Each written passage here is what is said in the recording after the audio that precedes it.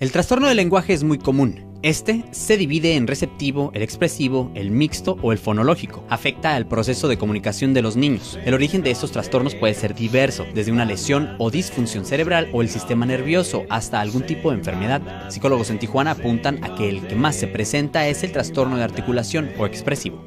Es más común el de articulación, puesto que los niños se dan cuenta, los padres, cuando dicen, es que no me pronuncia la R, se enfocan mucho en el fonema R, y puesto que hay otros fonemas que también se les tienen que trabajar, pero por eso se hace una evaluación del lenguaje y vemos todos los fonemas que tienen alterados, y el R es el último que se tiene que trabajar. Primero se tienen que ver otros antes más sencillos para después.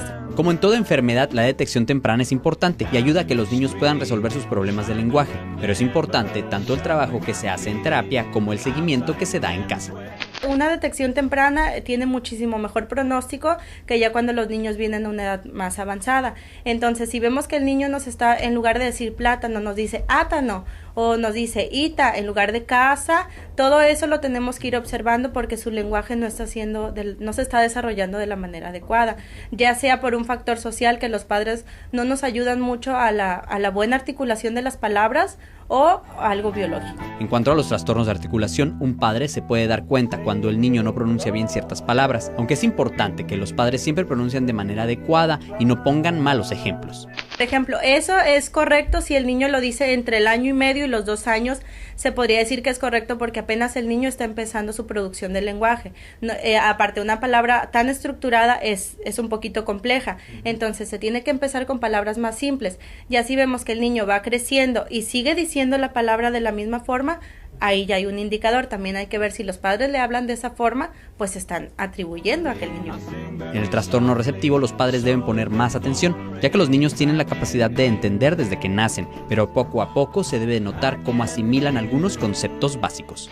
El niño entiende perfectamente. De hecho, hay evaluaciones que uno dice, bueno, ¿cómo voy a evaluar a mi hijo a edades antes del año? Hay pruebas antes del año de comprensión, exactamente porque el niño no tiene un lenguaje verbal a esa edad, pero sí nos llega a comprender. Entonces, así es como se empieza a evaluar el lenguaje a edades muy tempranas, a partir de la comprensión. Un psicólogo infantil puede ayudar a la detección. Hay diversas pruebas que se realizan en los niños para definir si tiene o no este trastorno. Alteraciones del lenguaje y del habla.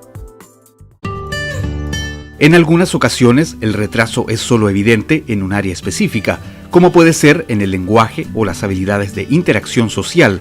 Siempre se debe estar vigilante y cerciorarse de la integridad en la visión y audición.